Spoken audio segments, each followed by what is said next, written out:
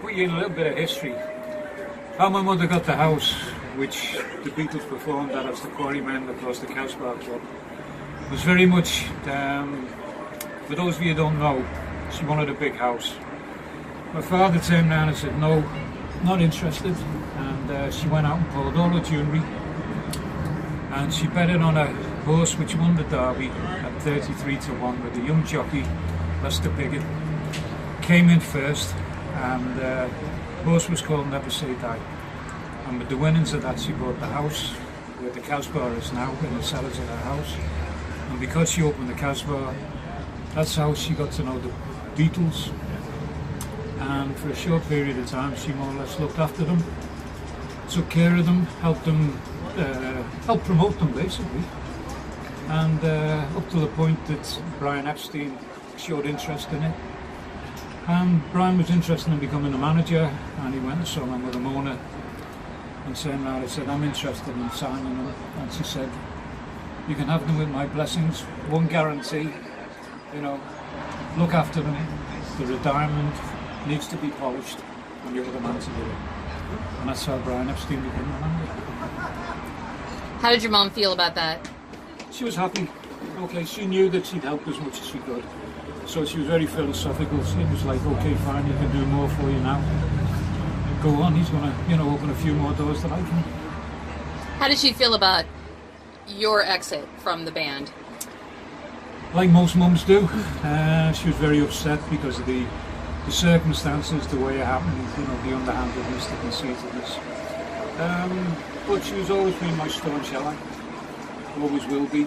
Most probably, she's up there now, and she's most probably still looking after me. But very much so. She fought my corner for a long time, and for many, many years afterwards, even when I was come to terms with it, she was still fighting my corner. I'm sure it took a while for you to recover from that. Over a period of time, you do, you know. But it's as I've always turned around and said, it's not so much about remembering what happened yesterday all the time. It's very much a case about today and tomorrow. And I think when you reach that point, you realise yourself, you know, if you do keep reflecting on it all the time, you're going to end up disinterested. And there's too much to life. You learn that as you go older. Do you mind reflecting on it just one more time, though, and just tell me, let's just kind of talk about that day and describe the day, how you were feeling, what happened on that day? Because there was a lot of rumors going around saying, excuse me, I saw on different videos that there was, you know, John Lennon talked about it, Paul McCartney, even Ringo Starr, and someone was saying, you know, Ringo, you're out because Ringo was, you know, the better drummer, or you're out because you were dating a stripper and you were in the wrong different times, like you like to be you're a night owl and they're all daytime owls. And what's the real story? And tell me, walk back that entire day with me if you don't mind. All right, just to go back to a couple of points you made before about dating the stripper and all the other bits and pieces. I wasn't the only one. I didn't live in a different time zone, right? For Paul to turn around and say that, okay, fine, okay, look at it realistically, Paul. We were all in Hamburg, we all had girlfriends. Get on with it and live your own life, okay? Don't single me being out as being a bad guy. It was very much a case of that particular day being played the Cavern the night before, and Brian Epstein asked me to come into the office in the morning, and I'd handle the business side of things before Brian had taken over manager. In as much as sort of taking the bookings, you know, raising it from get to venues, transport, you know, talking to Neil about getting the stuff done and everything. And I thought, fine, going to be another one of those brain-picking sessions, so I, 10:30 in the morning, swarmed into Brian's office, happy as Larry. And after about 10 minutes talking to him, I could tell that he was very flustered, very apprehensive, very hesitant, and then he just basically turned around and said, Pete, don't know how to turn around and tell you this. It's already been arranged, and I think that was the key word, already, that Ringo would join the band on Saturday. And that was the bombshell. You can imagine after being with the band for 2 years and knowing them for 3, that basically it was a case of what the hell have I done which is wrong. You know, I've been with them with Polydor, BBC sessions, you name it. You know, we got the recording contract. And I asked, scrambled mind, what was the reason for it? And they turned around and said, they feel Ringo was a better drummer. When I went back and I thought about it, it was like, don't understand that, and the people in Liverpool didn't understand that, because at that time I was reputed to be one of the best drummers in Liverpool. So again, you get all this grey area, you know, and then the conjecture starts, too good looking, hairstyle, wouldn't talk. It goes on and on, it's chronicled. I've become very philosophical about it. Okay, I've come to terms with life many, many years ago. It's something that's lovely to be part of, be respected for it. But I lead my own life. You know, there's another life apart from being a Beatle. Do you receive any money from the Beatles? Yeah, very fortunate. After many, many years, there were certain projects which I could have been on, which I wasn't, the BBC tapes, the White Albums, and other releases, but it was very much a case when the anthology came out, I was approached by Apple, and they turned around and said, we'd like to use some of your likenesses and some of the material that you were on. And I said, yeah, no problems with that. And they said, we'll pay you for it. That was even better. At that stage, it went to the lawyers.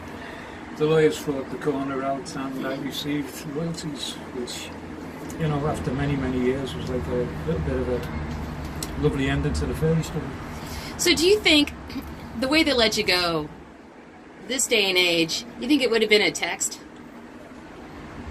A test? A text? Because, you know, like... Oh, a text? Because they never said anything to you, and then, you know, it's almost... That breakup was It's very similar. It's like someone getting dismissed and getting a text through it. Okay, the only thing different about that was that at least, you know, they left it up to the manager.